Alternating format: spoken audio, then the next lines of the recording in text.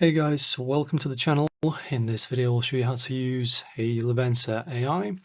So guys, it's free. You don't have to even log in into any accounts or register. You can just start using it right away.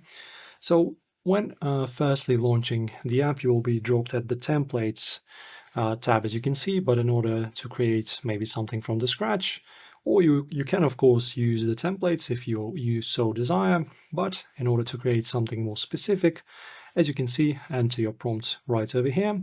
You can also pick a style. You can see all right over here.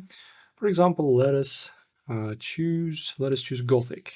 All right, and let us choose some kind of I don't know, European castle, and then press on create. So guys, as you can see, this service is now prompting us to buy a subscription.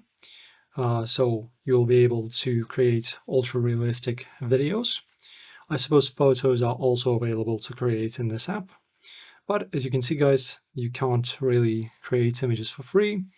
As you can see, this button is also flashing, which is, to purchase a subscription. But guys, yeah, when you got the subscription, in here you can let your imagination go and you can create any sort of stuff you want. So that's pretty much how to use this app. Very cool, I think. Enjoy using it, have fun, and also subscribe to our channel and like the video to support us, and see you next time.